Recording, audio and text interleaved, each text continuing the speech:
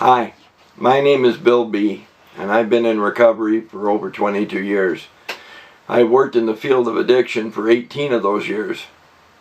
This is my attempt to share some of the discoveries about addiction that I have learned in my journey. I present them with the hope that they will foster a deeper understanding of addiction and to dispel some of the myths about addiction in the hope of removing some of the stigma that is held against those that suffer from addiction. And the first myth I would like to address is the belief that if only an addict could summon enough willpower, they would be able to control their addiction. This belief is held by a large number of non-addicts, non-alcoholics, addicts, and alcoholics alike. It is a totally false belief, and I will explain to the best of my ability why. The disease of addiction affects a very old part of the brain. It is the part of the brain in which the pleasure and the pain centers reside. It is a part of the autonomic nervous system. This is the part of the brain that controls those bodily functions that you cannot control. Why we don't have to think about breathing or making our heart beat. It happens automatically, controlled by our autonomic system. No amount of willpower will have much effect on this system. Some people have been able to train their bodies to slightly slow their heart rate or to hold their breath for an extended period. But that takes years of training, and it's a long way from total control.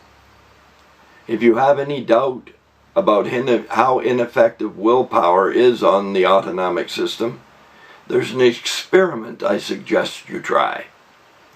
Take a strong laxative and then use willpower not to shit. If you choose to try this experiment, you will quickly see that no amount of willpower will override the autonomic system. Just like taking the laxative, when the chronic alcoholic or addict puts the addictive substance in their body, they trigger the autonomic system and are unable to control the cravings for more of the substance.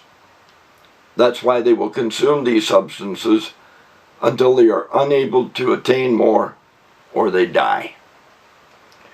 It has long been a societal belief that addiction and alcoholism are a moral failing. If the addict alcoholic could just summon enough conviction, they can control their behavior. This is also a false belief. The addict alcoholic has a disease. And just as the diabetic's body has changed and no longer produces insulin, the body of the addict alcoholic has changed and causes the phenomenon of craving when they consume a substance that triggers the allergic reaction.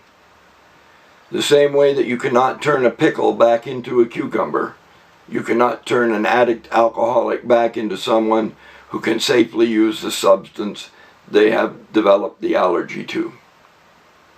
It is my hope that what I share will benefit both addict alcoholics and non-addicted persons equally. This is my first attempt at what my wonderful wife refers to as blogging. I will do my best to answer any and all questions that are raised by my presentation. And if the response is positive, I will attempt to get more in depth in my posting. All I ask is that all postings be respectful and that you be patient with me as I learn this process. The presentations I make will be both written and video in the hope that I reach as many people as possible. As there are few people out there who do not have at least one person in their life that struggles with addiction of some kind, I encourage non-addicted people to ask all the questions they need to ask. I will be making weekly presentations to allow time for discussion of the subject, and I am looking forward to, and I'm extremely nervous about beginning this adventure. Until my next posting, I wish for you all to walk closely with your higher power. And now that that's over, I just want to say that as we go on, I'll get better at not looking like Walter Cronkite and trying to read off a manuscript. It's important to me that I be as thorough as possible. And I don't want to miss anything that could be helpful to someone. So as I struggle to make this happen, I ask for your patience and your understanding. But I promise you it will get better. So until the next posting, Shalom.